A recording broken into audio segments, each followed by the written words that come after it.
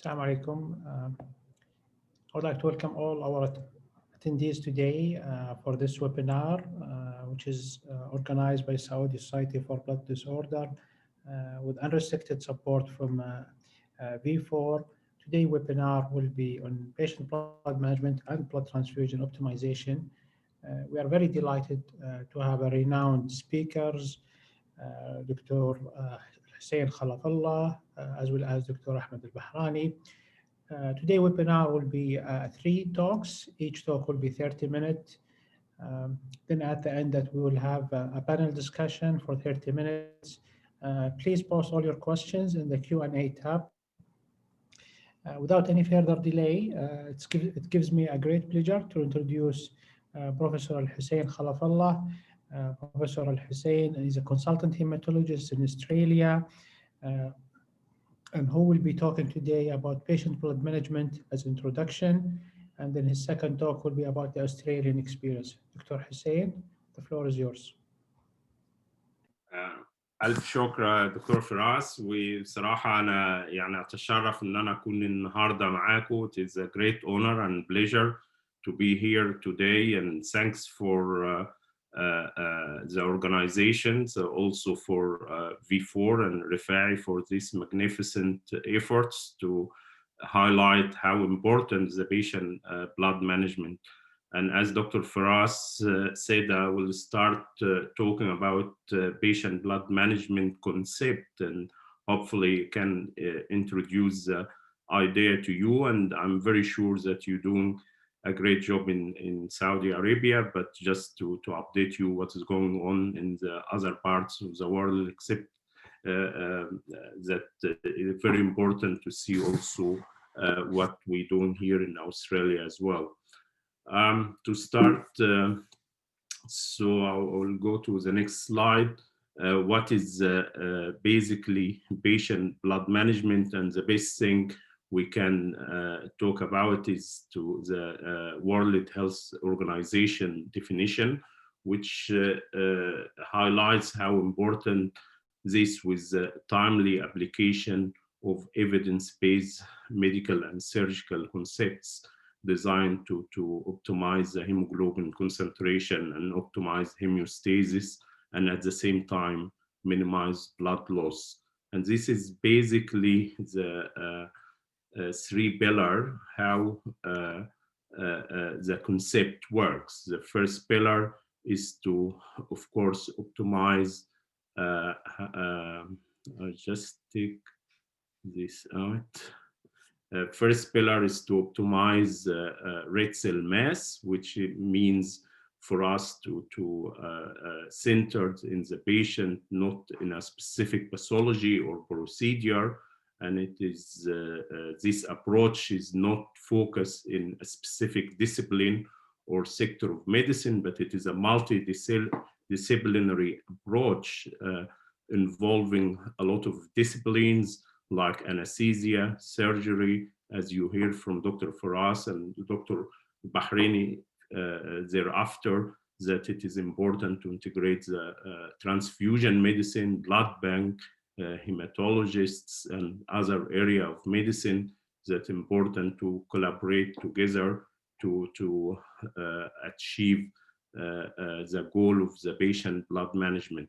So the second pillar is to minimize blood loss and bleeding, and of course this lead to the third pillar, which harness and optimize physiological response and reserve of anemia.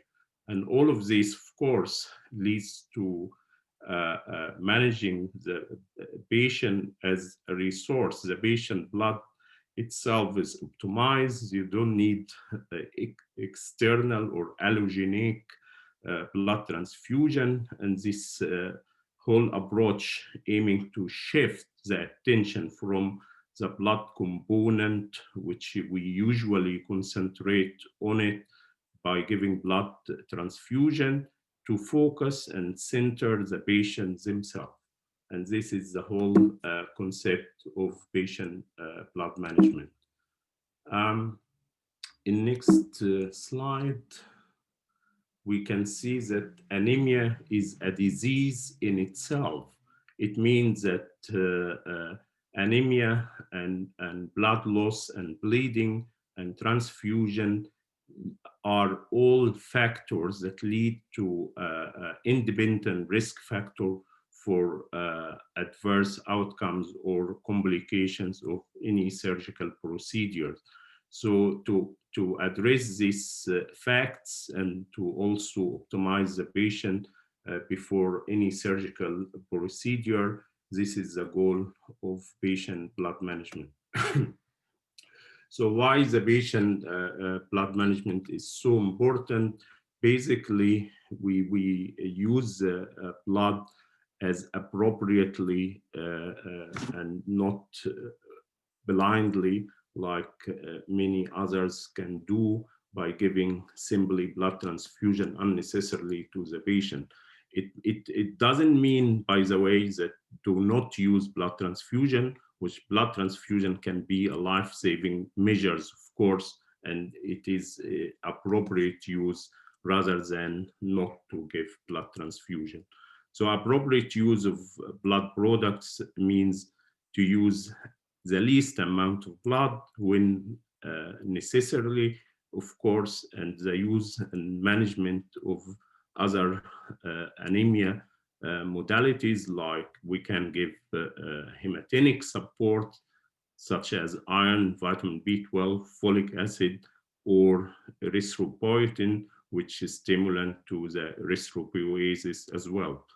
So we shifting, in other words, our interest from blood transfusion itself to the patient, and this patient-centered approach or focused interest can treat the patient as a whole and become, of course, achieve the best possible outcomes. And as we said, the three pillars: optimization of the hemoglobin, minimizing the blood loss, and hastening the erythropoiesis. The concept in general to see in, as you see here in the red, the anemia, which can lead plus blood loss and can lead to transfusion, of course. And this is why the concept evolved in 2010, and the WHO put guidelines and this concept to avoid such unnecessarily complication of the surgical procedure. So it is important to get the pillars right, of course.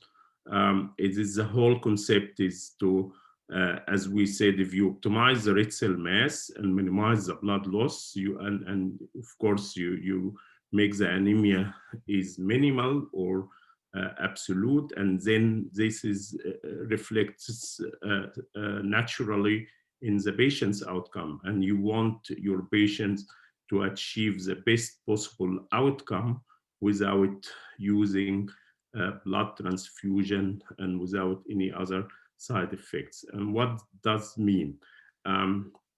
Pre-operatively, more importantly, we have to capture the patients in elective surgery setting. You know in advance 4 weeks to 2 weeks in advance that the patient will come for elective surgery to have a hip or knee replacement or other kind of surgery, and you assess the patient and you can see whether the patient anemic, iron deficient, and all of the above, and then you treat the underlying causes, you optimize the hemoglobin, and then you can go ahead with your surgery in the best way. This is the pre-operative management. Still, there is a component of the patient blood management intraoperatively. At the time of surgery, there is still a room to play to optimize the erythropoiesis and red cell mass, and I will come to that later on. Post-operatively, there is also still room to play to manage the anemia and the iron deficiency even after the surgery to optimize the patient's outcome.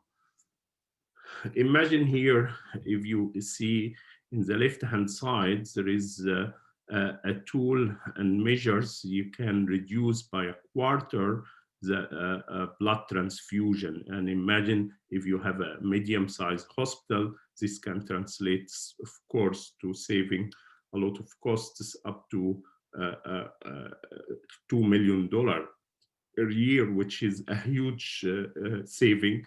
And save blood, this is a motto: save life, save costs, save transfusion. And this is why it is very important to go hand to hand with other discipline and to focus in your patients and to achieve the best possible outcome.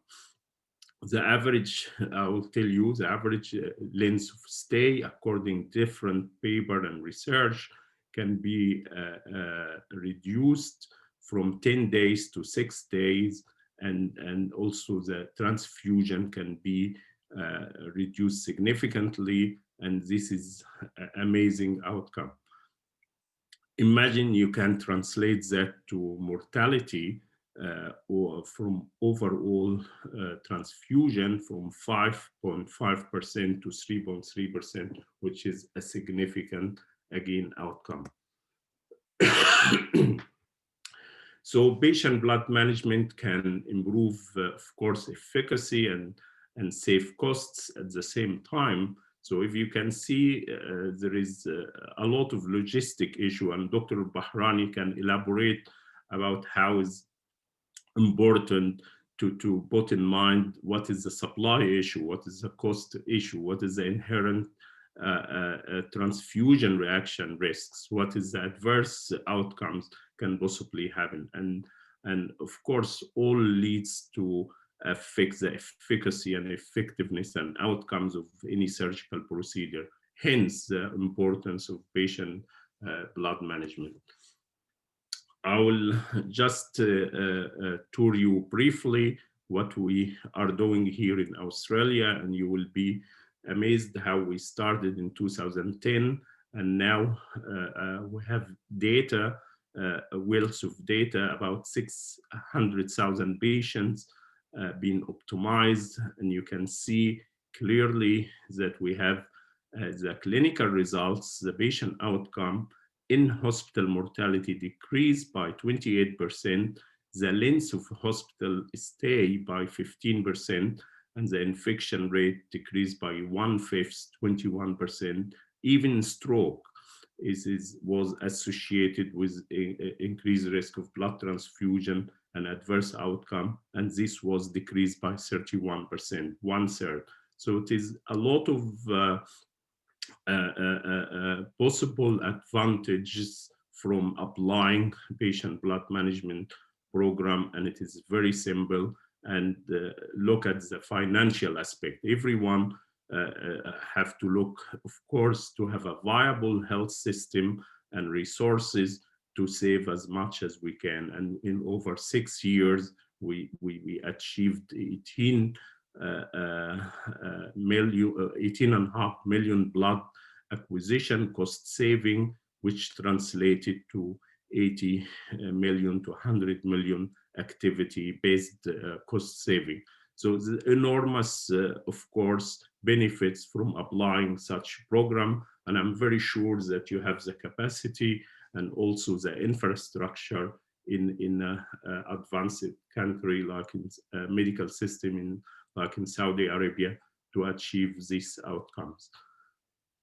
So the key measures, indicators that proportion admitted with anemia decreased from 20% to 14%, highly significant, with 41% reduction in blood product usage. And this is data from Australia.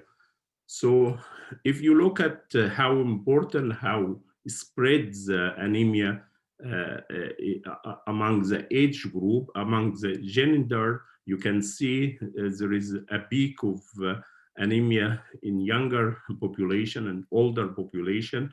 And bearing in mind, you can see in the red color that women in childbearing potential have almost 5 times more than men during this time. and then they be a bit even, and even men can be more in certain ages for different reasons, but you can see how anemia affect all age groups. And if you look at the incidence of preoperative anemia in particular, and data analyzed by the WHO, about 65,000 cases, and you can see men and women here. Again, women is higher incidence in the childbearing potential in the age between 20 and 50, while after 50, they can be a different pattern. If you look at prevalence of preoperative anemia according type of surgery, you can see in elective surgery can range between 20 to 75%, and also in non-cardiac surgery to 40%, orthopedic surgery lesser, about 10 to 38%, while colorectal surgery can increase to 70%, and overall from 5 to 75%. So prevalence of anemia in patient with sub groups of illness, such as chronic illness, Crohn's disease, inflammatory bowel disease, and reveals that between 6 to 75% patient had anemia at any time of surgical procedure. And if you look at the anemia to be triggered for admission to hospital and consequently higher prevalence of anemia in patients with IBD who are hospitalized, and most important casual factor for anemia is anemia, Crohn's disease, and iron deficiency due to other chronic diseases like irritable bowel syndrome or chronic kidney disease as well. Depending on the population studied, the prevalence of iron deficiency can be up to 90%. And this is why I will come to my second part of the talk. What is the remedy? How we can reverse that? How can we improve our operative outcomes? So if you see the increase in adverse surgical outcome in cardiac surgery, and this data analyzed in about 3,500 patients, and you can see the lower hemoglobin in the first column, you have a 20% side effects or complication of the surgery. In the second column, you can see a suboptimal hemoglobin between 11 and 12, and then you get about 15% complication. But once you have a hemoglobin above 12.5 or about 13 to 15, you have a leveled up a 5% standard complication after surgery. So anemia is an independent risk factor for any adverse outcome post-surgical intervention. Moreover, there is another Ferras evaluated a million operation in 173 hospitals in the USA, and he found that patients who received intraoperative blood transfusion of 1 unit, about 15,000 patients among this million, had a higher unadjusted rate of mortality and significant morbidity. And this published in Archive of Surgery in 2012. So addition of another unit of blood can increase also multivariate risk of mortality, wound infection, pulmonary complication, post-operative renal dysfunction, sepsis, and composite morbidity, and post-operative increased length of hospital stay. And all of these factors can, of course, lead to adverse operative outcome. I'm very sure Dr. Faras, Dr. Bahrani will tell us more about hazards of blood transfusion, but just to remind you in one slide that clerical or technical errors still an issue with blood transfusion. Infection and non-infectious reaction can happen and it is not uncommon. Infection can be viral, bacterial, or fungal, and there is also non-infection or infectious reaction can be classified to acute hemolytic transfusion reactions or delayed post-transfusion hemolytic reactions. And all of these things can, of course, complicate the blood transfusion. Hence, we have to minimize the exposure to allogenic blood unnecessarily to this group of patients. There is also a storage blood lesions can jeopardize that perfusion and tissue oxygenation, and of course can make more side effects. If you can see here, and this is the point, introduction to the next talk, that hemoglobin level and iron deficiency by gender can happen that whenever you have a lower hemoglobin, you have a lower ferritin, and this can lead to iron deficiency anemia. And if you can see here, iron deficiency anemia is the most common cause of anemia worldwide, with more than 2 billion people worldwide have iron deficiency anemia. And of course, females are more occurrent than males.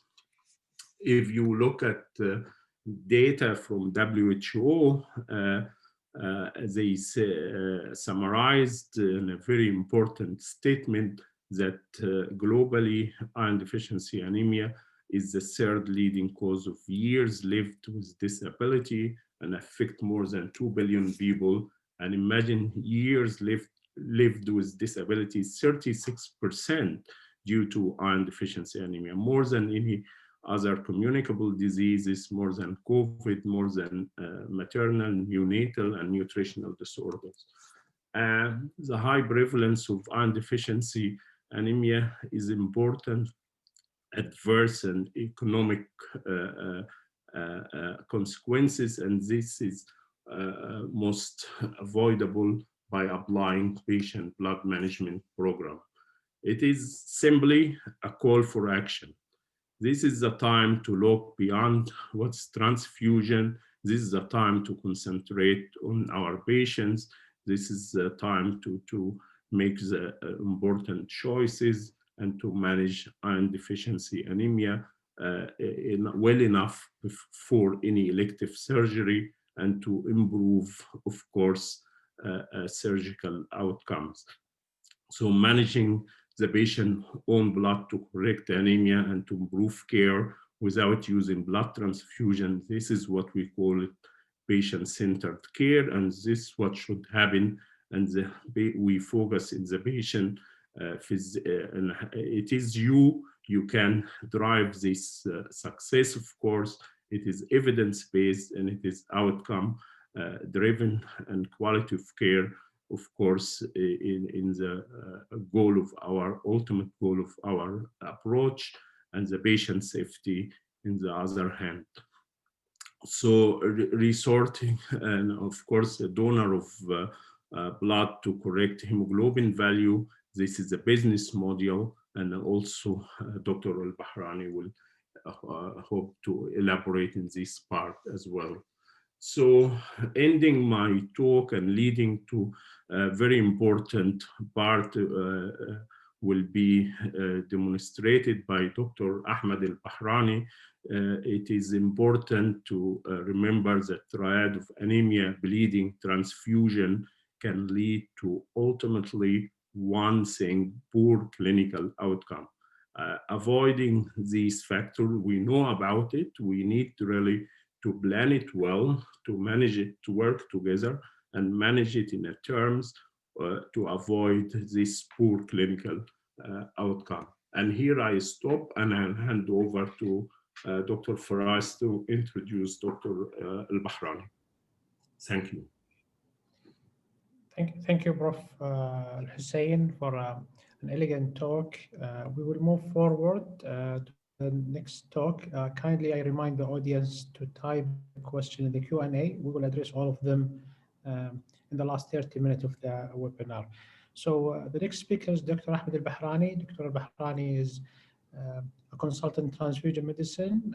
He's the head of transfusion, head of apheresis unit and stem cell lab in King Fahd Specialist Hospital in Dammam. He's a Sibahi surveyor. Dr. Al-Bahrani will try to address the pre-operative management of anemia and the hazard of transfusion. Dr. Bahrani, the floor is yours. بسم الله الرحمن الرحيم. السلام عليكم ورحمة الله وبركاته. Thank you very much, Dr. Firas, for introducing me. And also, I would like to thank the SSBD and the VIFOR for this excellent organization and very important topic in the field of preoperative anemia management and PBM. My presentation is the preoperative anemia management and the hazards of a blood transfusion. This is our hospital, King Fahd Specialist Hospital in Dammam. I will cover during my presentation the following. What is anemia? What is the prevalence of preoperative anemia? Understand the causes of anemia. What are the impact of anemia and transfusion on post-operative outcome? How can we manage preoperative anemia? And what are the blood transfusion thresholds? And what are transfusion hazards? Definition of anemia by the WHO since 1968 is a hemoglobin level of 13 gram per deciliter for men and less than 12 gram per deciliter for women. Anemia by definition is a condition in which the number of RBCs or their oxygen carrying capacity is insufficient to meet the physiological need, which vary by the age, by the sex, altitude, smoking, and pregnancy status. For the pregnant woman, the anemia definition is when the hemoglobin is below 11, and for the pediatric age group, there is different level of hemoglobin level with different age group. What is the prevalence of undiagnosed anemia? Anemia is so common to the degree that it is becoming accepted as normal. And it is found that 20% of the world population are anemic. And also 5 to 75% of elective surgical patients have anemia. Also, at least 1/3 of patients undergoing elective surgical procedures have potentially anemia that can be treated. Anemia is epidemic. It is a common complication of common diseases. It is common in inflammatory bowel disease. It is common in rheumatoid arthritis, chronic kidney disease, chronic heart failure, and also in diabetic patients. All of these are related to iron absorption and iron metabolism. This diagram will show us the prevalence of preoperative anemia in patients scheduled for major surgery. As you can see, the majority are gynecological surgery. We have vascular surgery, colonic surgery, cardiac, urological surgery, and orthopedic surgery as well. Anemia can increase the preoperative morbidity and perioperative morbidity and mortality. This is a study from Toronto in Canada. It is a large retrospective study of almost 8,000 non-cardiac surgical patients, found that the prevalence of preoperative anemia is reaching up to 40%. And the preoperative anemia was associated with a 5 times increase in the odds of post-operative mortality. Another study from Lebanon, this is also a retrospective study of almost 227,000 patients, of whom the preoperative anemia prevalence was 30% among all the patients.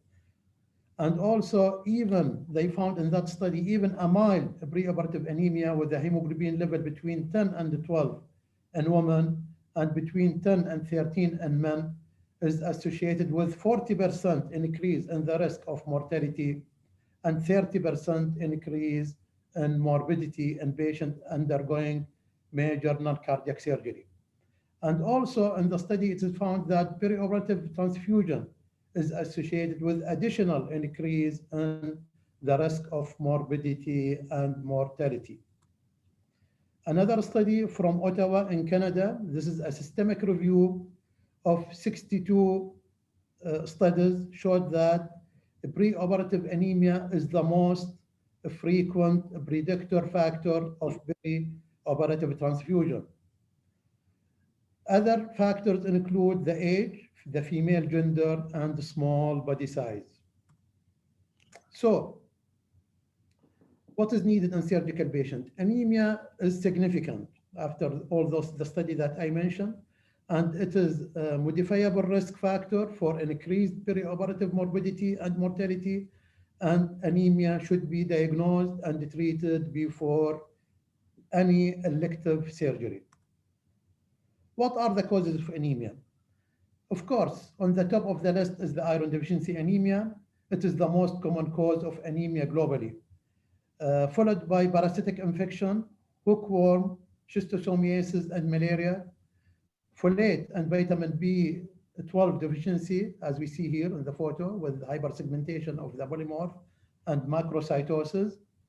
Also, we have anemia of chronic inflammation and chronic diseases, mainly chronic renal failure. We have the obstetric and gynecological disorders and the inherited disorder, mainly the hemoglobinopathies. Preoperative anemia, diagnosis and treatment improve the patient outcome. It improves the readiness for surgery. It reduces the transfusion risk in the perioperative period. It reduces transfusion-associated morbidity and mortality. It helps to identify the comorbidities. It improves the patient outcome in chronic disease. Also, anemia is an indicator of undiagnosed underlying disease process. For example, iron deficiency anemia, suggesting, for example, of an occult malignancy. Now, what are the laboratory tests that are needed to diagnose and evaluate the pre-surgical anemia? Of course, on the top of the list is the CBC. We look at the hemoglobin levels, we look at the MCV, MCH, if there is microcytosis or macrocytosis, or it is a normocytic, normochromic anemia. We need to have the absolute reticulocyte count to differentiate between the bone marrow suppressions and the peripheral hemolysis or destruction of the RBCs. Vitamin B12 and folate level are important to exclude the megaloblastic anemia. Iron study are very important, transferrin saturation, serum iron, ferritin, and iron binding capacity. And also we do the renal function assay. Other second line laboratory tests, TSH, direct comb test to exclude the hemolytic anemias, C-reactive proteins for the inflammatory process, soluble transferrin receptor, serum protein erythrophoiesis, erythropoiesis, and haptoglobin. This diagram will show us the approach of diagnosing anemia. We start with, as we said, with the CBC. We see the hemoglobin level, hemoglobin below 13 in men or 12 in women.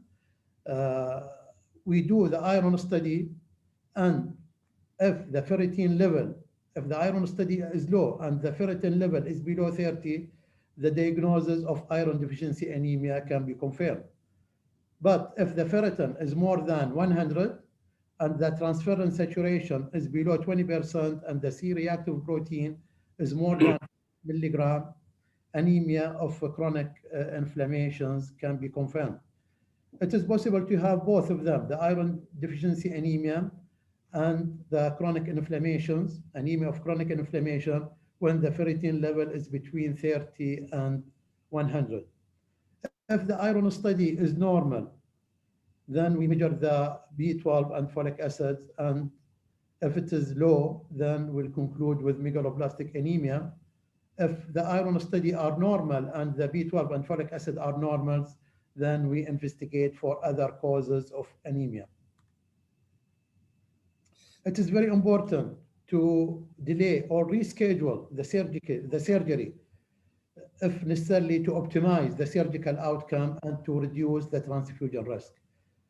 So if absolute iron deficiency is detected and cause is unknown, also it is important to have the GI consultations to rule out the malignancy, and if there is any blood loss, and also referral to the nephrologist sometimes is also indicated.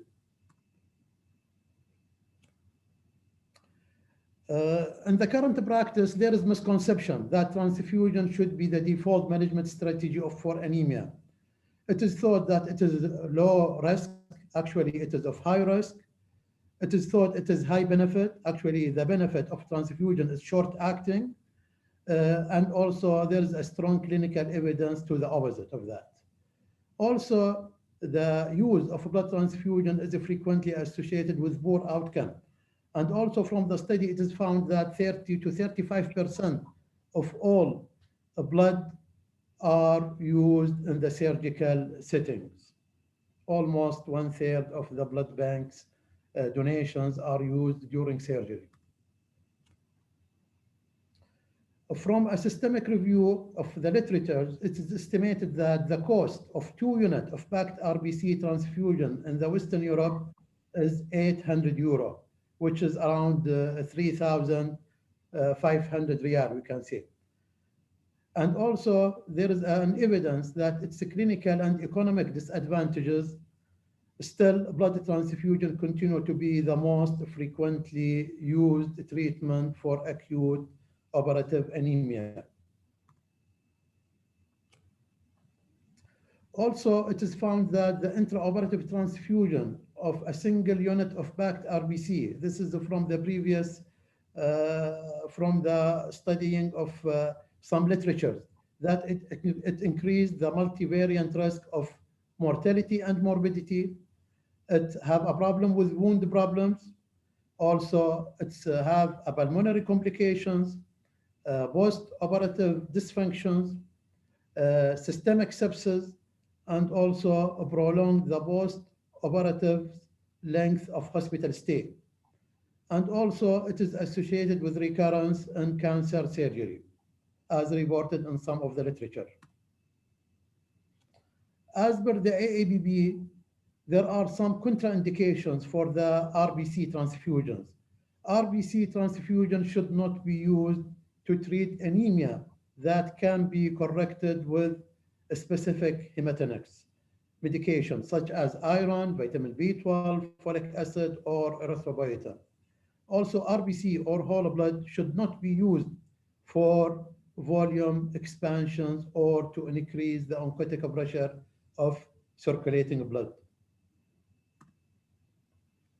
We can see from this diagram that the effect of anemia, bleeding, and allogenic transfusion on the clinical outcome is to increase the morbidity, the mortality, and also increase the length of hospital stay.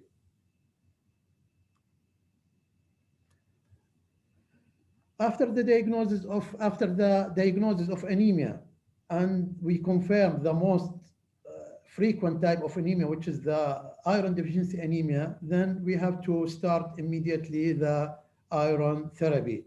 And the iron therapy, the choice of iron therapy is based on the time scale before surgery, how much time we have before the surgery, and also for the urgency of the surgery.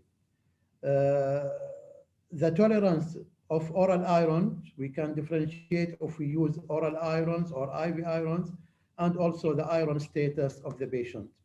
Usually we consider oral iron if we have adequate time before the surgery, for example, 2 to 4 months. There is no ongoing blood loss in the patient. There is no inflammatory process or comorbidity, normal GFR. Patient can tolerate the oral iron.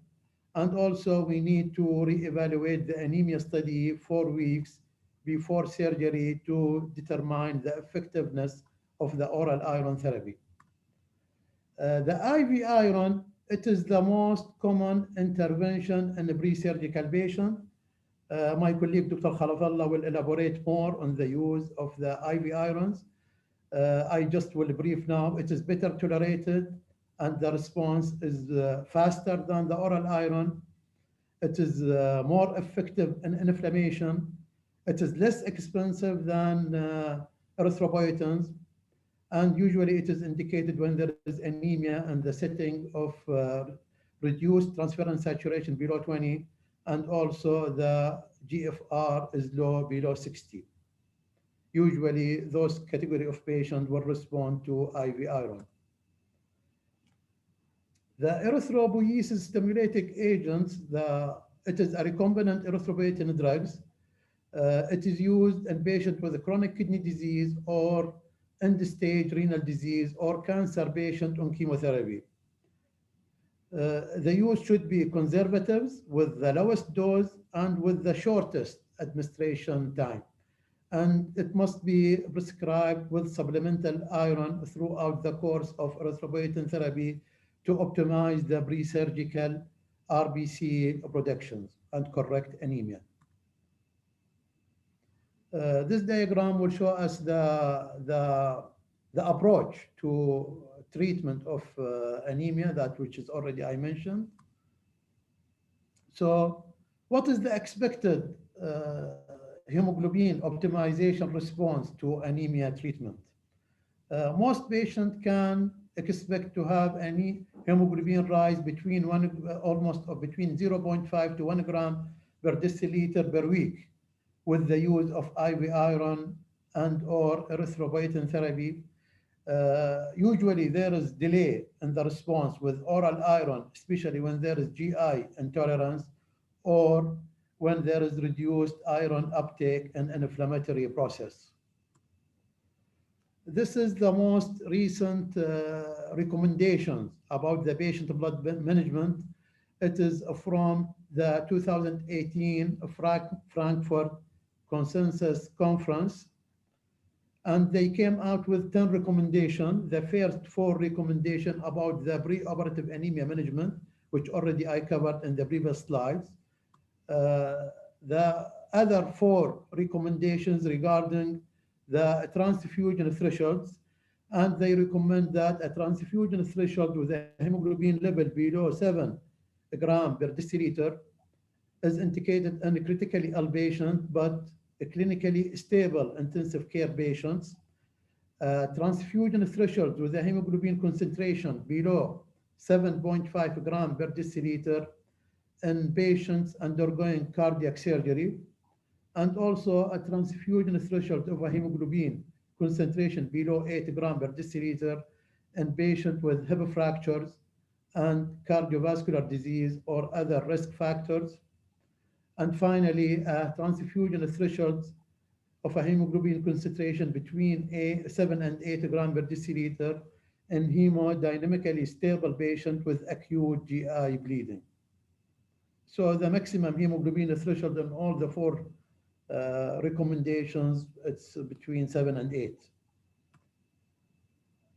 Recommendation number 9 is the implementation of PBM program to improve the appropriate RBC utilization. So now what are the blood transfusion hazards? There are a long list of transfusion hazards, and the transfusion reactions can be either immediate reactions or delayed reactions, and both could be either immunological or non-immunological reaction. The immediate reactions is a long list, could be acute hemolytic transfusion reactions, transfusion-associated circulatory overload, a transfusion-related acute lung injury, a transfusion-associated dyspnea, bacterial contamination, allergic reaction, could be sometimes mild urticarial reaction, or could be anaphylactic reaction. We have febrile non-hemolytic transfusion reaction, which is arise in the temperature only, acute vein transfusion reaction, hypotential reaction with the ACE inhibitors, and non-immune red cell hemolysis. Also, we have the metabolic disturbances in the form of hypothermia, hyperkalemia, acidosis, and citrate toxicity that is available in some of the blood components. The delayed hemolytic transfusion reaction is on the top of the delayed reactions. Alloimmunizations to the red cell antigens, HLA antigens, leukocytes, and the platelet. We have a transfusion-associated graft versus host disease, post-transfusion purpura, iron overload, transfusion of infectious disease, and transfusion-related immunomodulations. After all this long list of immediate and delayed transfusion reactions, blood transfusion consent is mandatory for every transfusion. And the patient should be explained very well about the consent, about the risk and benefit of transfusion, and we should explain very well to the patient the alternatives to the blood transfusion to correct the anemia. This is from the American FDA. It is a fiscal year report between 2014 and 2018 showing the transfusion-associated fatality. As you can see here, we have a total of more than 170 fatality occurred in the state between 2014 and 2018. And on the top of the list of fatality is the TACO, the transfusion-associated circulatory overload. We have 58 fatality over 5 years period, followed by TRALI, the transfusion-related acute lung injury. It is 46 fatality. By the way, TRALI in the previous 5 years, it was the leading cause of death, but now TACO is taking the champion in the leading of death because of the excluding the female with history of a pregnancy from donating blood in the new AABB standards. We have the hemolytic transfusion reactions, both ABO and non-ABO, with a total of 23 fatality. Contamination of the blood components, we have 25 fatality in the state over 5 years, and we have 14 fatalities, deaths with anaphylaxis. It's quite actually scary figures. The acute hemolytic transfusion reactions, the ABO and the non-ABO hemolytic transfusion reactions, it is because of the destruction of the donor RBCs. It is mainly caused by the clerical or administrative errors. It is either because there is failure to confirm the identity of the patient when the sample was collected from the patient, or there is mislabeling of the sample of blood even with a proper patient identification. Sometimes the alloantibody is not detected by the antibody screening workup, or there is failure to perform a proper check before transfusion. The hemolytic transfusion reactions, the ABO hemolytic transfusion reaction, it is usually intravascular red cell destruction. And as I said, according to the US FDA, they reported this type of reaction to be associated with 7% of all transfusion-related mortality over 5 years. It is the most dangerous type and high mortality rate, 10%, and occur within the first 15 minutes of the start of a transfusion. Usually it is due to ABO, incompatible blood transfusion, for example, transfusing by mistake B to O or A to O, or A to B or B to A. It can cause severe acute hemolytic transfusion reaction and usually intravascular reaction with IgM antibody and complement activation with severe hemolysis, acute renal failure, hypotension, and DIC, and at the end, death. The extravascular red cell destruction, the non-ABO hemolytic transfusion reaction, and the US FDA reported this type of reaction to be associated with 11% of all transfusion-related mortality. It is less severe, even if it is less severe, but the fatality is higher, 11%, because the number of involved patients in this type of reaction are higher, and it is appeared to be, and it is appear more than 1 hour after the start of transfusion. The type of the antibody involved is IgG antibody, non-complement fixing. Usually it is immune antibody of the Rh system or to other red cell antigen like Duffy, Kel, KID, and others. There is a hemolysis with hyperbilirubinemia, fever, a drop in hemoglobin, and usually the renal failure is rare. How can we prevent those type of reaction? Very simple. Avoid unnecessary transfusion. Correct anemia before taking the patient, before transfusing the patient and taking the patient to surgery. Avoid the clerical error. Ensure proper sample and recipient identification. A proper check of the patient identity and the proper check of the blood unit before transfusion and before releasing the unit from the blood bank. TACO, the transfusion associated circulatory overload. According to the US FDA, they reported TACO to be the leading cause of death of a transfusion-related mortality, with a percentage of 32% of all deaths due to transfusion. It is reported between the years 2014 and 2018.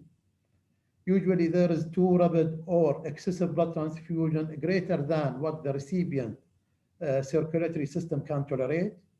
Usually it occurs with elderly patient with cardiovascular disease or with patient with chronic anemia and a pregnant woman, positive fluid balance before reactions, and recent administration of vasopressors.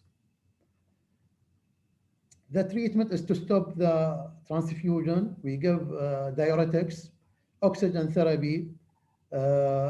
The patient is propped upright positions and support the cardiovascular, the cardiorespiratory system.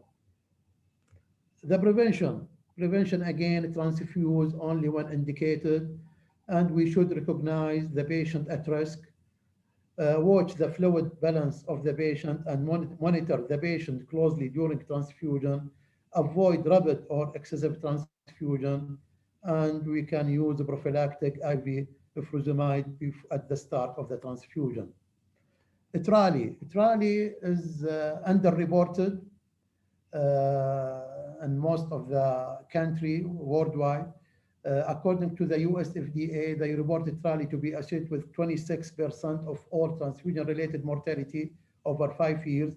It is described in all blood products. As you can see here, even with the red cells, Futurali are reported. Actually, Futurali reported with RBC more than platelet and FFP.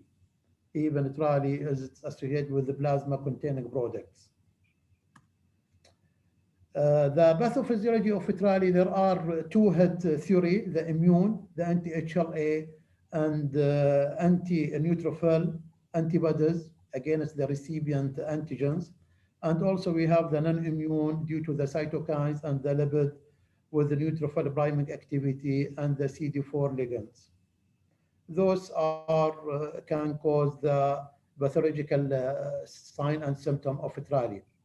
Usually the diagnosis is clinical, chest X-ray is indicated, and the prevention is to avoid unnecessary transfusion, and the donor is usually multiparous woman and should be excluded from donation in the future.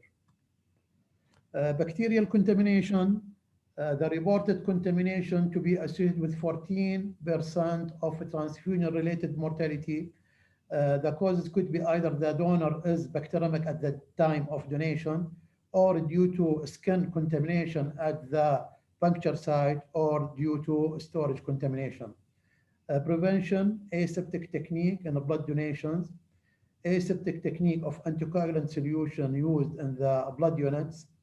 The bags should never be opened for sampling, and the unit should be transfused within a 24-hour if it is open. for example, washing or whatever, and inspect the unit for hemolysis, clot, and discoloration before releasing the unit from the blood bank, and don't keep the unit in the ward or in the OR unless it is required.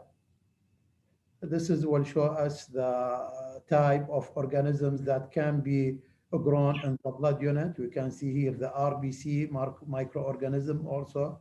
There is a variety of organisms that can be grown in the RBCs.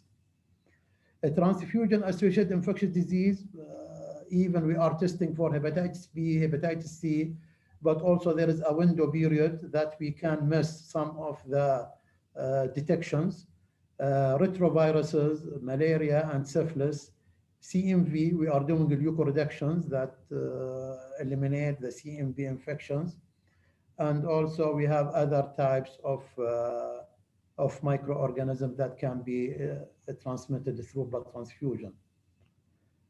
Finally, I would like to show you this a small video to encourage for blood donation and to maintain our inventory for the real patients. Blood is vital. There is no substitute for it.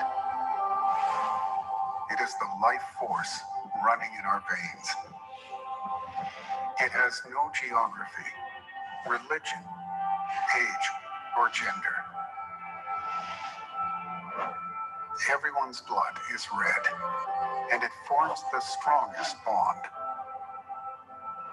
And at some point in life, we may all need blood. The greatest gift you can give someone is life. Voluntary non-remunerated blood donors are the foundation of a safe, sustainable blood supply. Safe blood saves lives. Because if you give, someone lives. Let's make a pledge. This World Blood Donor Day, June 14th. In summary, anemia is common and significant with a large impact on outcome. Preoperative anemia and perioperative transfusion is associated with increase in morbidity and mortality. Iron deficiency is the most common cause of anemia, more than 80%. The easy diagnosis and safe treatment of anemia, especially the iron deficiency anemia. We need to establish the blood transfusion thresholds and to implement immediately the BBM program in our hospitals. Thank you very much. Thank you, Dr. Bahrani, for excellent talk, as well as for sharing such a video with us. We'll move to the last presentation today before the Q&A session with Dr. Hussein Khalafallah, who will share with us the patient blood management experience, Australian experience.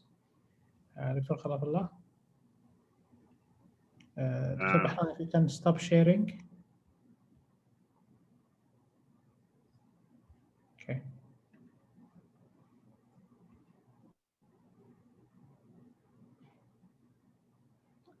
Dr. Khalafallah.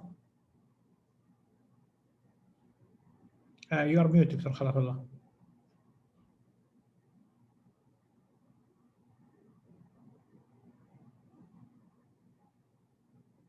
Dr. Khalafallah, you are mute. Okay. Thanks a lot, Dr. Faraz, again, for allowing me to finish the talk, and also thanks for Dr. Ahmed Bahrani for the excellent talk regarding this summary of how is hazards of blood transfusion, and it shows, if it at all, is how important to avoid blood transfusion unless necessary, of course. I will start now with rationale of preoperative intravenous iron or and intraoperative and postoperative, and most important, as we heard from all previous talks, that patient blood management is very important, and we need to establish in a different setting to of course, minimize allogenic blood transfusion requirement and improve outcomes. And as Dr. Al-Bahrani showed clearly, and I showed in the first talk, that the more blood transfusion you give, the more worse outcomes, and can jeopardize, of course, the surgical outcome. Optimizing preoperative hemoglobin is the most important part to reduce blood transfusion. And I saw already some question about the timing and what is the form of iron and to give in this setting.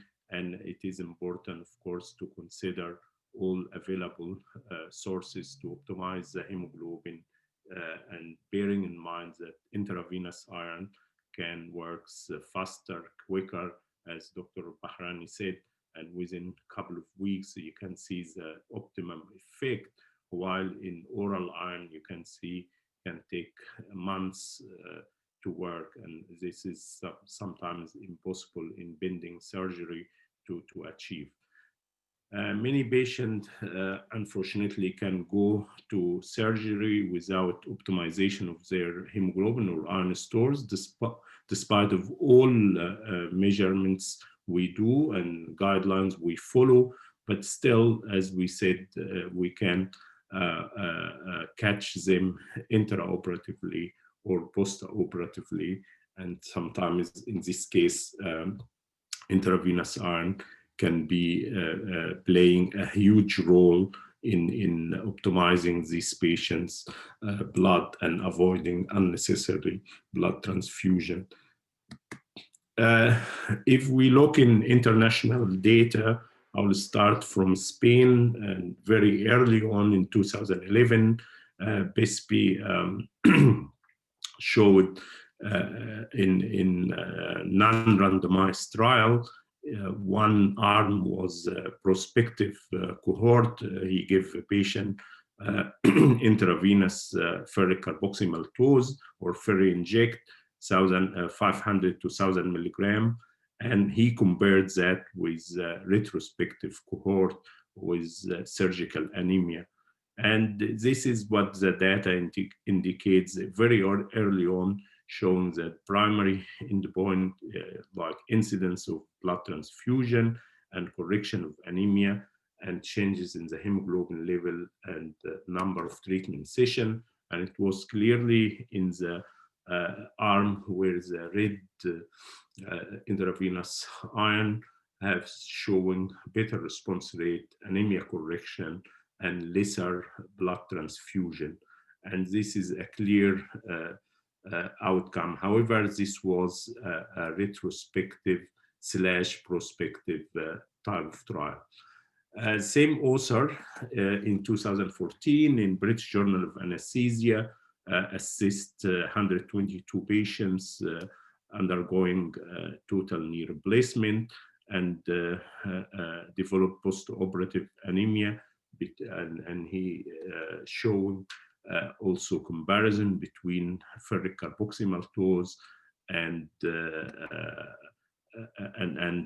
oral iron this time, and it is a prospective study, and again showing a huge effect of improving post-operative hemoglobin above 100 grams, which was showing a better increase with ferric carboxymaltose as a IV iron. And to answer the question of the audience, that oral iron did not show the optimal effect as intravenous did. Also, the percentage of patients with anemia who received the intravenous iron much lesser than oral iron. If you look here, he developed in the same paper in British Journal of Anesthesia a concept similar to what we know and showed by Dr. Al-Bahrani, that if transferrin saturation below 20% versus above 20%, and then did very similar to what Dr. Al-Bahrani showed in Dr. Minot's classification, that if ferritin below 30 will be absolute iron deficiency, if ferritin between 30 and 100 and it's still saturation below 20%, we call that functional iron deficiency or anemia of chronic disease. And even if ferritin above 100, it still could be a functional iron deficiency or anemia of inflammatory disease or chronic disease. And here, the first two columns is indication of treating with iron therapy. However, IV iron will be superior, as all data indicated that works faster, quicker, more efficacious in comparison to oral iron. And of course, if you don't have iron deficiency, you look after other causes of anemia. If you look to Kotze et al., he showed data from England that also anemia prevalence at decision of surgery can be improved if you use patient blood management protocol. And I noticed a few questions regarding whether the patient blood management can be activated by the blood bank or the hospital, but I think Dr. Al-Bahrani can answer this question, what is the system in Saudi Arabia. However, in Australia, we have a hospital-specific protocol guided by the patient blood management authority, which is a federal association. However, we implement in each hospital our own protocol for adapting to our system. And I believe that this could be the module in Saudi Arabia as well.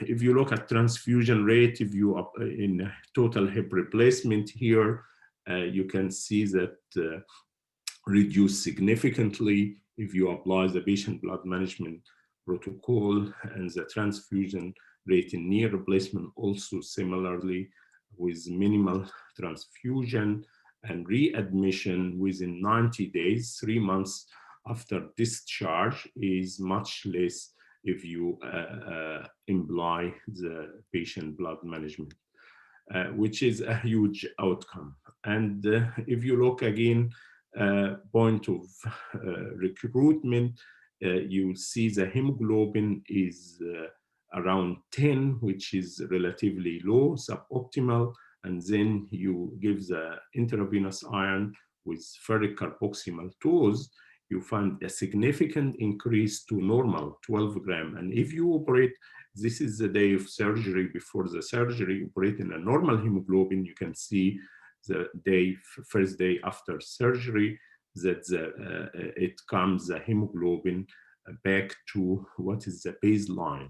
And this is exactly what is the patient blood management needs to achieve to optimize and harness the erythropoiesis to even after surgery to what it was in the baseline. And this is most important outcome.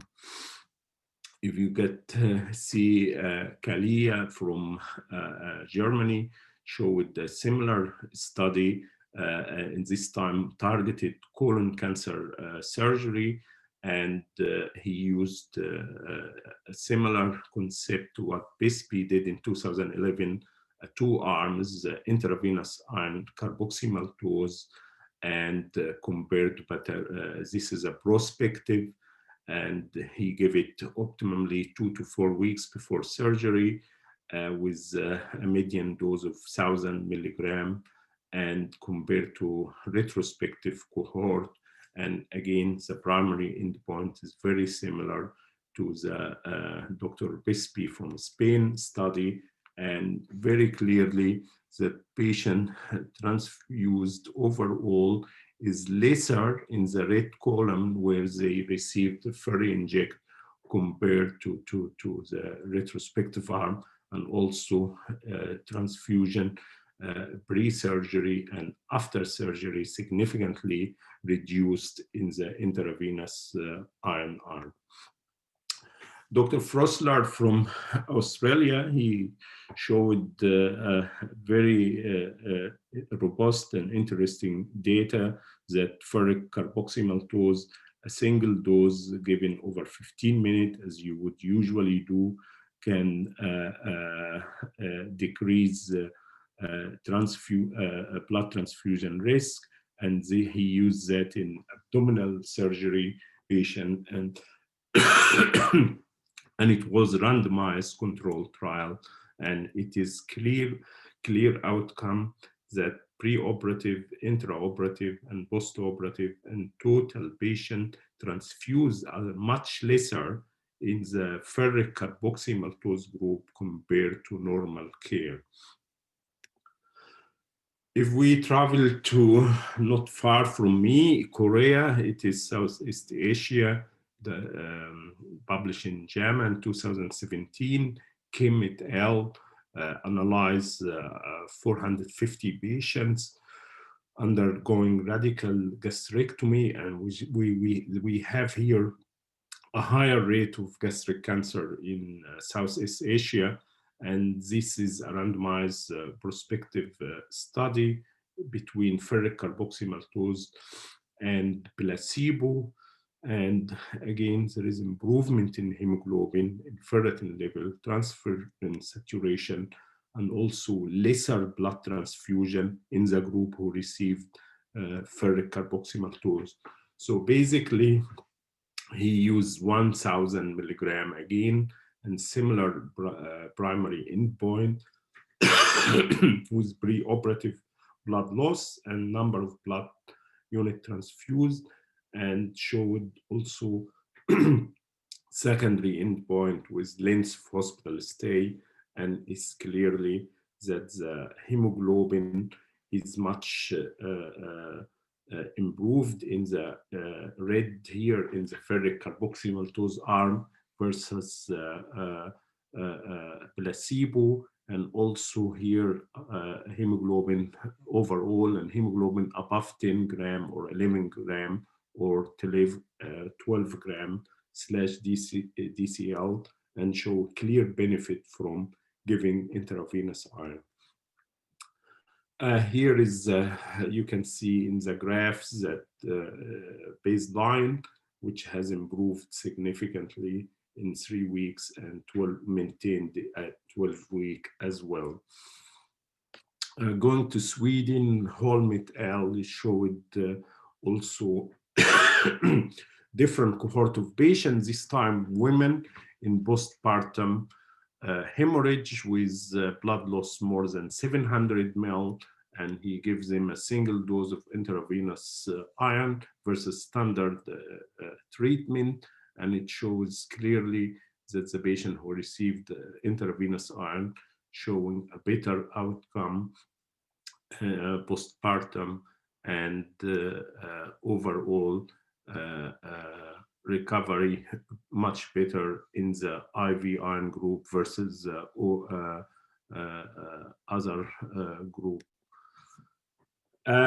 Going back to my study, which published in Lancet, and this showed that intravenous ferric carboxymaltose, and this time post-operatively, showing standard dose 1 gram again versus standard care. Standard care here, this is the patient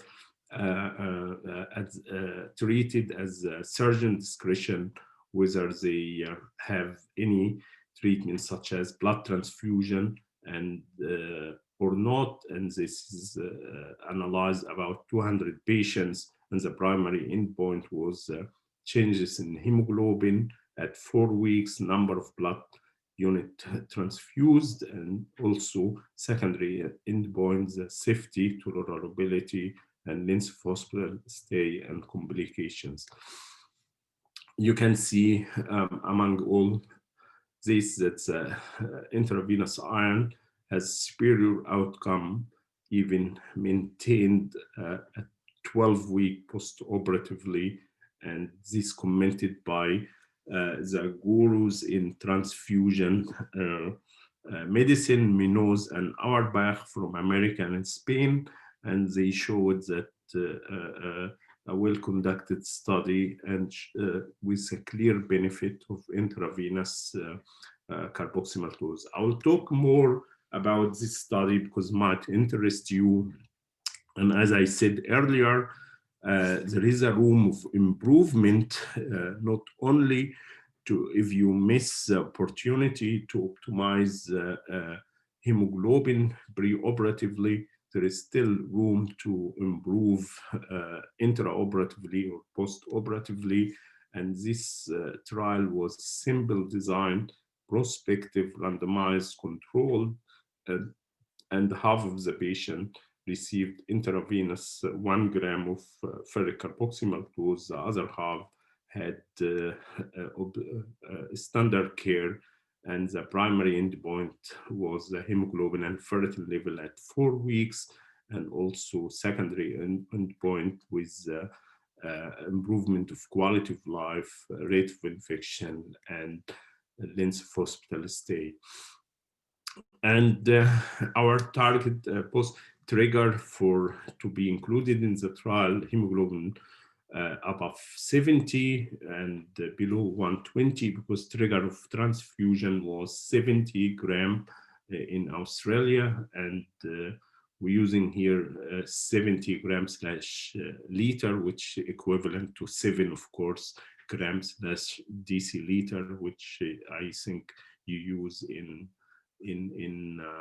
Saudi Arabia. The ferritin here, we use the 100 or transferrin saturation below 20%, and this was to assess the primary outcome by hemoglobin level, iron stores, number of transfused blood units, with secondary outcome, quality of life, length of hospital stay, rate of infection, and assessment of quality of life, and assessment of long-term outcome at 3 months post-operatively, and rate of readmission. So that we give the intravenous iron without complications is very safely. One of the questions regarding safety of intravenous iron is usually well tolerated. Of course, we have to avoid patient with hypersensitivity reaction, and to put that in mind before we give intravenous iron. But we did not have a transfusion infusion reaction with iron carboxymal dose.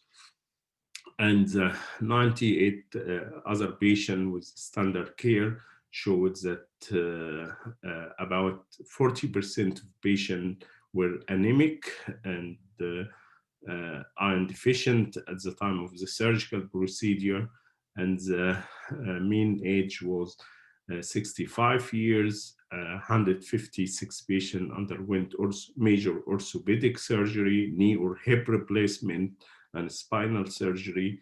About 19 patients had abdominal surgery, 10 had gynecological surgery, mainly hysterectomy, and 8 had urological operations, and other 8 neck and head surgery, and breast and major plastic or ENT surgery. If you look at the preoperative, hemoglobin was very similar, well optimized, but after surgery dropped significantly.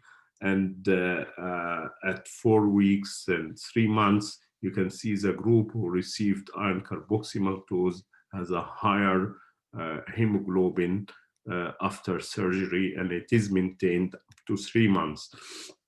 If you look at preoperative ferritin, was somehow lesser in the group who received carboxymal dose, and very similar in the day 1 post-operatively, but you can see much higher at 4 weeks and maintained at 3 months. So there is a significant improvement in hemoglobin in the ferric carboxymaltose group to 130 gram, which is normal. There is significant improvement in interferon level to normal again in ferric carboxymaltose group, and there was a reduction in transfused blood units by 5-fold, which is a great result, which we need to have in the patient blood management. And at the same time, we have a length of hospital stay was significantly reduced from 11.6 days to 7.8, which is a great cost saving, which I will highlight later. And there is a decreased rate of infection. One of the questions they said with patient in ICU and the infection, of course, we don't tend to give IV iron in active infection, but here in this case, the patient received the iron while no infection, and we observed the infection rate in the patient who received IV iron versus no treatment, and this clearly shows the rate of infection is lesser in the intravenous iron group. If you look at the cost utility, there is assumptions that oral iron is cheaper, and I agree completely with Dr. Al-Bahrani that he said IV iron is actually cheaper, and I prove the point that the use of intravenous iron is lesser costs compared to oral iron, given the fact that lesser blood transfusion, less hospital stay, and overall costs of the surgical procedure is much less. And you can see the amount of saving approximately per patient will be $4,000. And if you have, for instance, 400 patients per year, you just saved $1.6 million US. It is worth noting that there is a much higher cost involved, as Dr. Bahrani showed that a unit of blood costs 800 euro, and in our study, in Australia, it costs lesser than that, but it is according different country is different. So if you look at optimization of preoperative hemoglobin and heartening, erythropoiesis, post-operatively, you still have a room for improvement if you can utilize such an approach. It is ideally 2-4 weeks before the surgical procedure, even intraoperatively or post-operatively. You can use and utilize intravenous iron as a quick and safe tool to optimizing the erythropoiesis. We don't want sometimes to postpone or cancel surgery if the patient have a borderline hemoglobin, hence the intraoperative or postoperative approach can be working, and avoiding trial of oral iron, which makes a lot of time to achieve effect. And of course, it improves the surgical outcomes, as we see from all these different trials, and a potential improving of quality of life as well in the patient who faster recover from the surgical procedure and normalizes their normal activity and back to normal as soon as discharged. Reducing overall costs of surgical procedure is a huge advantage for these patients, of course. So in summary, post-operative intravenous iron can allow targeting therapy to patient and most likely benefit from intravenous iron, like people who have excessive blood loss post-operatively, which is something you don't know until the surgical procedures occurs. In summary, The management of perioperative anemia, either preoperative, intraoperative, or postoperative, are crucial, and to address iron deficiency, minimize exposure to patient allogenic blood product are crucial step to improve outcome, and detection and early treatment of preoperative anemia and iron deficiency is the best standard of care despite challenges, and additional emphasis on treatment of postoperative anemia, intraoperative anemia to complement the concept of patient blood management and allow the treating physician to correct the anemia at any stage of presentation during surgery is very crucial. And this lead to conclusion that perioperative iron infusion should be integrated as a pragmatic approach in surgical patient with iron deficiency anemia because of the quick and effect, and also safe and improved outcome in this cohort of patient. Perioperative IV iron is also possible in different study and achieve earlier recovery with improved hemoglobin, iron store, and less hospital length of stay, and decrease of rate of blood transfusion, even infection. And there are enough data to support integration of IV iron in the management of postoperative and intraoperative anemia, especially if you have significant iron deficiency or blood loss. And of course, update of guidelines, MINOS, and I'm really honored to be part of these guidelines published in 2018 in anesthesia about use of postoperative IV iron in this setting. Back to future directions, I think updating guidelines, the referral pathway are warranted to address all of these increasing challenges, and not only in operative anemia, but also obstetric anemia. And I noticed few questions regarding use of lactoferrin, which is a good oral iron, easy to absorb, because most common oral iron is iron sulfate, which is not well absorbed and can cause a lot of side effects. However, until the efficacy of intravenous iron is far superior than oral iron in this case. We don't tend to give it routinely before pregnancy. This to answer one of the questions. But if you have, of course, a case of very low iron and low hemoglobin, and you want to a quicker outcome, you can consider intravenous iron, of course, if there is a clinical need for that. Patients who have significant iron deficiency during pregnancy or preoperatively and have no contraindication for iron therapy should be offered also intravenous iron, and this probably answers the question. And patients who fail to respond or to comply or to tolerate oral iron supplement should be also offered intravenous iron infusion.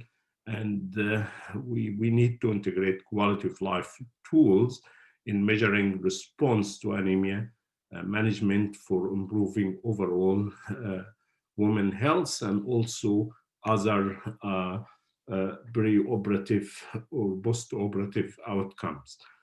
Here I conclude my talk, and again, thanks for Dr. Firas and Dr. Bahrani and the organizer, especially Rifai, for these magnificent efforts to introduce the concept of patient blood management in a huge country with a well-integrated health system in Saudi Arabia. Thanks a lot. Thank you, Prof. Hussein, for two excellent talks.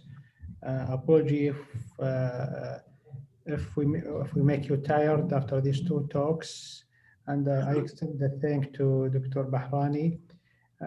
We'll move to the last part of the webinar, which will be about the questions. I'll start with Dr. Bahrani. So there has been several questions regarding the cutoff hemoglobin before surgery, before delivery. Is there any cutoff you would like to comment on? Actually, there is variation in the cutoff hemoglobin level, but what I mentioned, according to the Frankfurt consensus and recommendations about the transfusion thresholds, they clearly specify in the recommendation that a transfusion threshold is between 7 and 8. So it depends on the clinical situations and depend on the clinical condition of the patients as well. Is it intensive care patient? So the hemoglobin concentration of 7 is the transfusion thresholds. For the other, for example, hip replacement or hip surgery or other type, they mention 8. And for GI also, they mention 8. So the transfusion threshold is also, we should take the consideration our setup locally in the term of the type of care that we provide to our patients as well. So this is in general. Okay, thank you. Another question. Is it acceptable to treat anemia before defining the cause? No, of course, we should diagnose first. No, I mean, if you have a severe anemia with very low hemoglobin. Yeah, if critically low hemoglobin levels, yes, we can transfuse. But if it is not critically low and will not affect the patient life, so we have to diagnose first of all the anemia and to correct. As I mentioned in my presentation, in iron deficiency anemia, the transfusion is contraindicated, and also in megaloblastic anemia, unless it is a very critically low level of hemoglobin that affect the life of the patient. So we can transfuse. Yeah. Thank you. So as Dr. Bahrai mentioned, that will take time. Yeah. To increase the hemoglobin level. Yeah, so we have to at least to do the diagnostic test and maybe transfuse if the clinical condition necessitate. Another question to you, Dr. Bahrani, from Dr. Bassem Beiruti is: are we practicing patient blood management in Saudi Arabia? Are blood bankers reviewing the patient conditions before releasing blood products? What can I say? We have in every hospital the blood utilization review committee, but actually what we are doing, we review the transfusion after it is being transfused already. So to study every request of a transfusion, I think we should have a guidelines better. To have a guidelines about the BBM, about the preoperative anemia management, and those guidelines, because as you know, in every hospital, there is thousands of transfusion per month.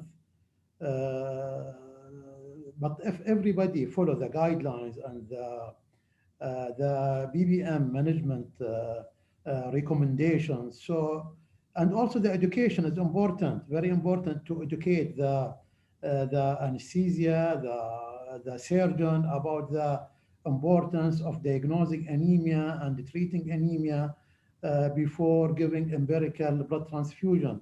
I know it is the easy way is to transfuse, but the transfusion is, as I mentioned, is in my presentations, having a risk and hazards of transfusion, and also it has impact on the outcome of the surgical procedures as well. So the best practice is we can learn from the Australian, as Dr. Khairallah mentioned, we can learn from the Australian and from the other country experience in the implementation of BBM programs, and we can implement it in our country. Thank you. We can cost a lot of blood. You know, we can save a lot of blood, and we can save the cost of this blood that is transfused as well, unnecessarily. And on top of that is the poor outcome that is associated with the transfusion and the surgical and the operative patients as well. Thank you, Dr. Bahrami. So I'll try to, we have received many questions, more than 50, so I'll try to accommodate as much as we can. Prof. Khalafallah, there's a question about lactoferrin. So what's your experience with it? Are you using it as a standard of care? As a matter of fact, thanks. It's a very important question. I have a trial at the moment. We're using lactoferrin. It is not published yet in pregnancy, and it is, as I said, it is more well-tolerated form of oral iron. However, I noticed that the effect is not as quick and good as intravenous iron. And it is better compared to other iron salts like ferrous sulfate, which is commonly used in everywhere with ferrograd C and all of the above. But it is promising, but not as good or effective compared to intravenous irons. Hence, if you have a patient with a very low hemoglobin and low iron stores, I would suggest to give intravenous iron as the fastest route for management. Thank you, Prof. So this takes me to another question is, how fast does it take for hemoglobin to be corrected after IV iron? So Dr. Bassem Beiruti, he shared his experience. He's saying some patients improved after a few days.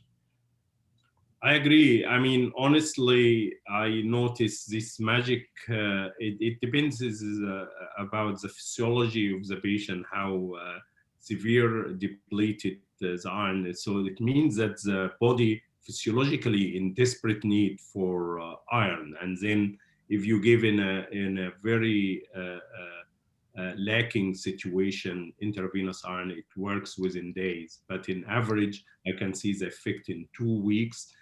Most of the trials, they measure in 2 weeks or 3 weeks. I opted to measure at 2 weeks and 4 weeks, and there is a clear benefit from intravenous iron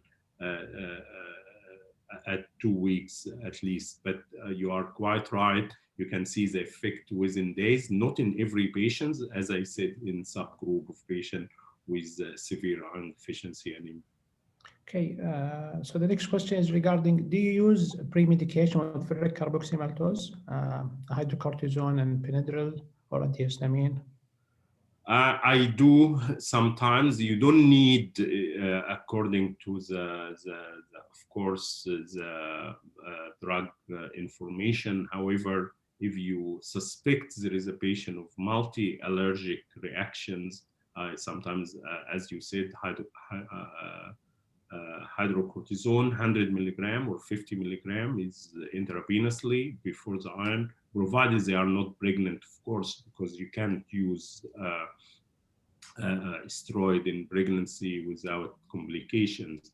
So you can also use a very low dose of dexamethasone 2 milligram, but you don't need antihistamines as we used to use in other iron products with allergic reactions very common. So we hardly use any of antihistamines. However, only in selective cases where you anticipate that the patient has multiple allergic reactions to different components, not necessarily iron, you can use, of course, a form of steroid which is harmless and a very low dose. Thank you. Okay, so there is a question is, how can we reduce the number of anemic patients globally? I know WHO is working on several initiatives. What are your, I know it's a very, very long answer, but what are your 2 cents? This is $1 million question, Dr. Faraz. I mean, this is a dream of all of us, how to reduce the 2 billion. 1/3 of the population are iron deficient. But of course, you guys, the doctors, the physicians, and as Dr. Bahrani said, it's very important to diagnose anemia, to what is the underlying cause, treat appropriately, and possibly use more intravenous iron. This is the only way how to reduce the burden of an impact of iron deficiency anemia. As you saw from my first presentation, the burden of years lived of disability up to 36% just due to iron. So it is like almost 40% of the people worldwide lacking this energy and doing normal activities due to iron deficiency. The more you use intravenous iron to address this problem, is the lesser magnitude of consequences of iron deficiency anemia. It is a challenge. I agree completely with you. It is $1 million question, but it depends upon what is the health system approach.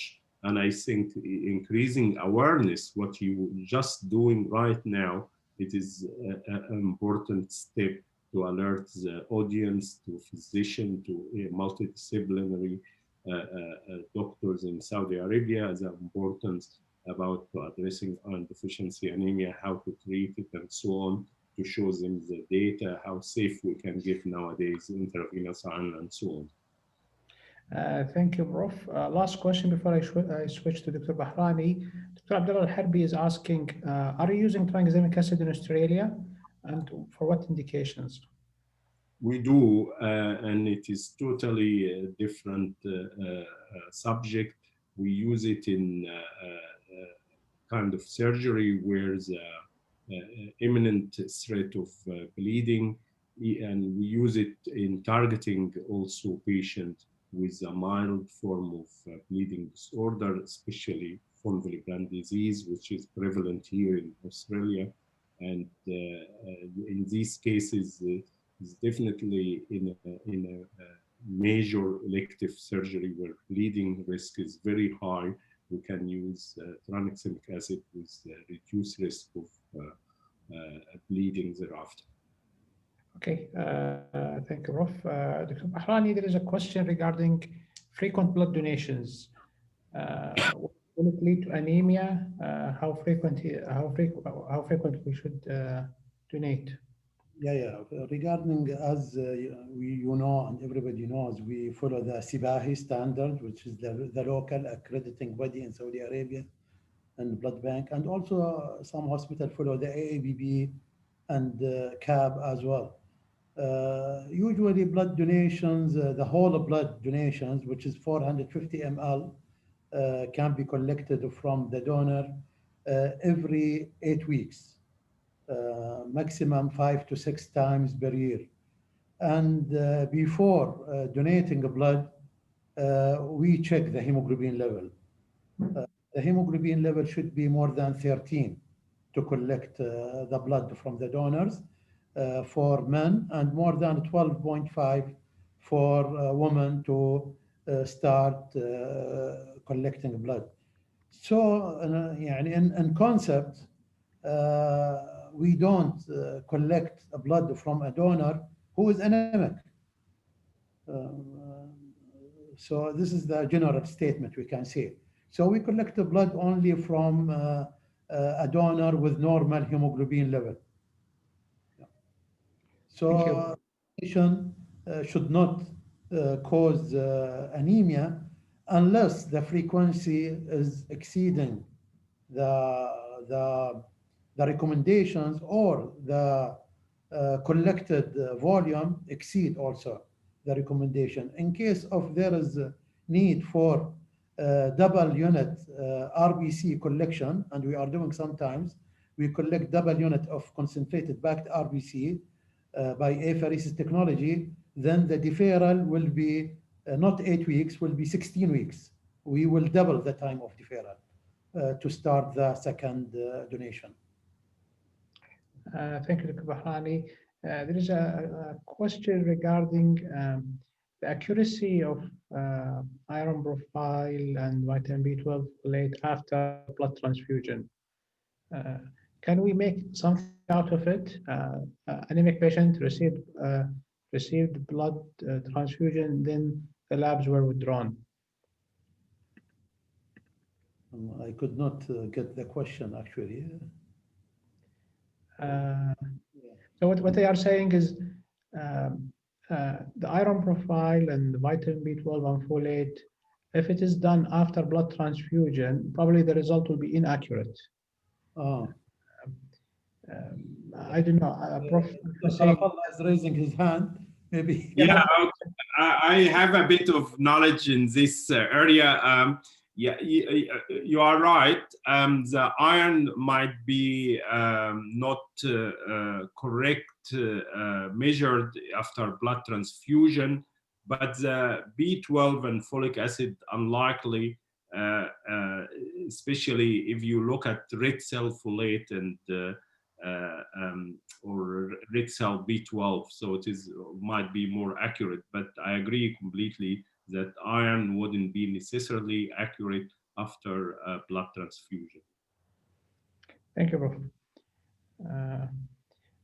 So Dr. Bahrani, there is a question about malaria and blood donation and the risk of transmission. Yeah, as you know, we have, according to WHO, Saudi Arabia is considered malaria endemic area in general, the whole Saudi Arabia. But locally in Saudi Arabia, we know that the endemic area is in the south and southwest mainly of Saudi Arabia. So we have a questionnaire. In the donor questionnaire, we defer the donor who are coming from the malaria endemic area, or also for donors who had a history of malaria infection untreated.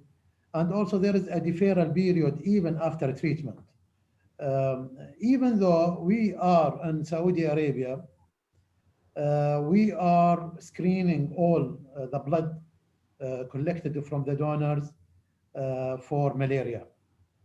In the past, we used to do the slide, the thick film and the thin film, and we examined microscopically, but now we are doing the serological test for malaria. And actually, myself, I saw cases in the past transmitted malaria transmission through blood transfusion. And usually it is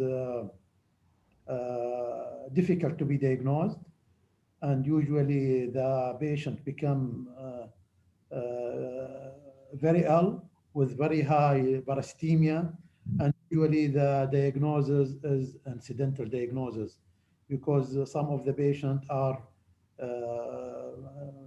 cancer patients who are in the hospitals for a long period of times, and suddenly they become febrile, and the cause is malaria transmission by blood transfusion.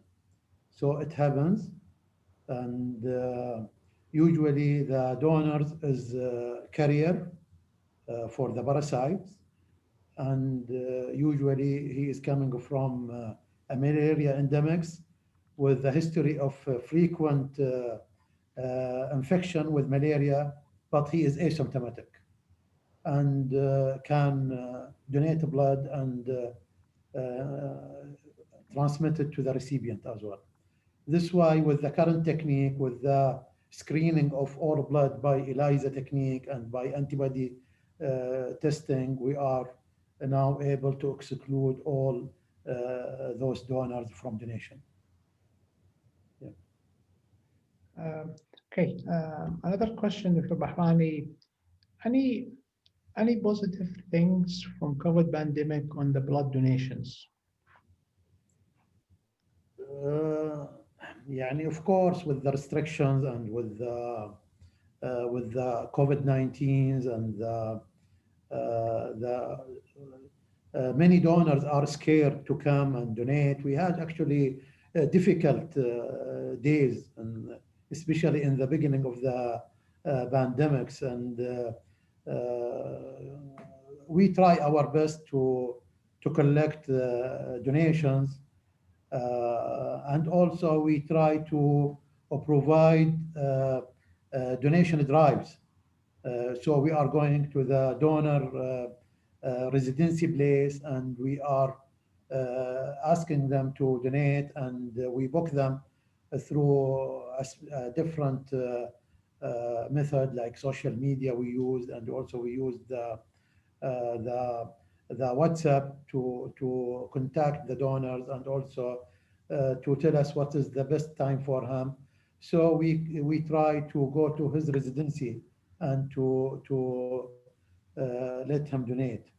The other things that also we know, we had a big program in Saudi Arabia. It's a clinical trials about the convalescent plasma, and we opened a clinic in many hospitals in the kingdom, and we started to collect plasma from a recovered COVID-19 patients, and we used that plasma as a clinical trial for the patients who have severe symptoms of COVID-19 infection. Thank you. Have the physician reduced requesting a blood product because of COVID, or they keep making? No. Switching to you, Prof. Hussein, regarding hypophosphatemia, I mean, secondary to ferric carboxymaltose, would you treat it, or you would not? It's a good question. It is mainly not really significant clinically.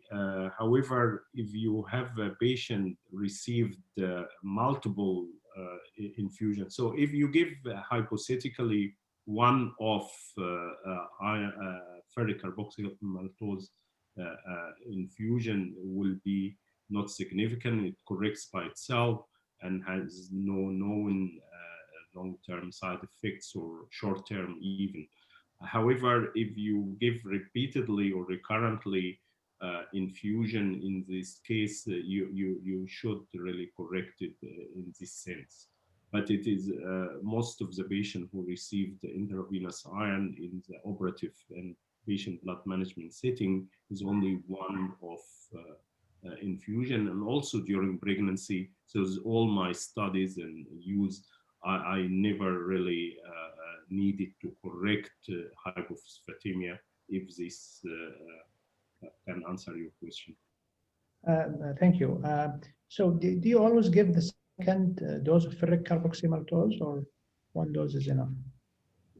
One dose usually enough, unless it is necessity. It depends upon the patient weight and also the blood volume and the degree of anemia and iron deficiency. Sometimes we need a second dose, but not in every case. Okay, this is an important question regarding patient blood management. I mean, like a real world experience and challenges. Can you just give few example, one or two, about challenges that you face and how did you overcome it? I mean, it is excellent question, Dr. Faras. Again, it is important multidisciplinary approach. It is a hard work. You need a champion, and someone like Dr. Al-Bahrani can really liaise between different departments.